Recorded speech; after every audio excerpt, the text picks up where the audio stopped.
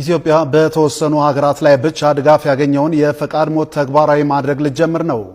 የሕዝብ ተወካዮች ምክር ቤት ባለፈው ጥር ወር በሕክምና ባለሙያ የታገዘ ሞት የሚፈቅድ አዋጅ ማጽደቁን ተከትሎ ጤና ሚኒስቴር ሕጉን ተግባራዊ ለማድረግ የሚያስችል መመሪያ ማውጣቱ ተዘግቧል።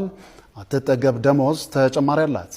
ይህ መመሪያው ለሞት በሚዳርጉ በሽታዎች ለተያዙ ህመምተኞች ፈቃድ የሚሰጥ ብቻም ሳይሆን የአእምሮ ህመም ያለባቸውን ታካሚዎች የሚያጠቃልል በተጨማሪም ህፃናት እንኳን የፈቃድ ሞትን የመጠየቅ መብት እንዳላቸውም እስከ መደንገግ የደረሰ አዋጅም ነው። ይህንንም ተከትሎ የኢትዮጵያ ጤና ጥበቃ ሚኒስቴር የህክምና እርዳታን የሚፈቅደውን አዋጅ አፈጻጸም ላይ መመሪያ ማውጣቱ ተዘግቧል። መመሪያው ፓርላማው በጥር ወር ያጸደቀውን በሐኪም የታገዘ ሞት ህጋዊ የሚያደርግ አዋጅ ሲሆን ረቂቅ መመሪያው ውሳኔው ከመተላለፉ በፊት በትንሹ 3 የጤና ባለሙያዎች በምርመራው ላይ መስማማት እንዳለባቸው ይደነግጋል። በተጨማሪም የቅርብ ዘመዶች የህመምተኛው ህይወት ማቆያ ድጋፍ እንዲነሳ በጽሁፍ በፈቃዳቸው መጠየቅ እንደሚችሉ ማስቀመጡም ተገልጿል። ይህን ህግ ለመተግበር የተለያዩ ሀገራት የተለያየ አተገባበር የሚጠቀሙ ሲሆን በኢትዮጵያ የወጣው አዋጅ በመሳሪያ ላይ ብቻ የተመሰረተ የአተነፋፈስ ስርዓት እንዲቋረጥ ይፈቅዳልም ነው የተባለው። ህጉ ተግባራዊ የሚሆነው የልብና የመተንፈሻ አካላት የአሰራር ስርዓት መመለስ በማይቻልበት ደረጃ ስራቸውን ሲያቆሙ ወይም የአንጎል ሞት ሲረጋገጥ ብቻ መሆኑም ነው የተዘገበው። መመሪያዎቹ የወጡት በጤና ባለስልጣናት በህክምና የታገዘ ሞትን በሚመለከት ረቂቅ መመሪያ ላይ በጥልቀት ከተወያዩ በኋላ መሆኑ የተገለጸ ሲሆን እርምጃው በአስቸጋሪ ሁኔታ ውስጥ ያሉትን ሞት ለማቃለል ያለመ በመሆኑ በህመም ጊዜ ለረጅም ጊዜ የሚቆይ ስቃይ እንዳይኖርባቸው ለማድረግ ያስችላልም ነው የተባለው።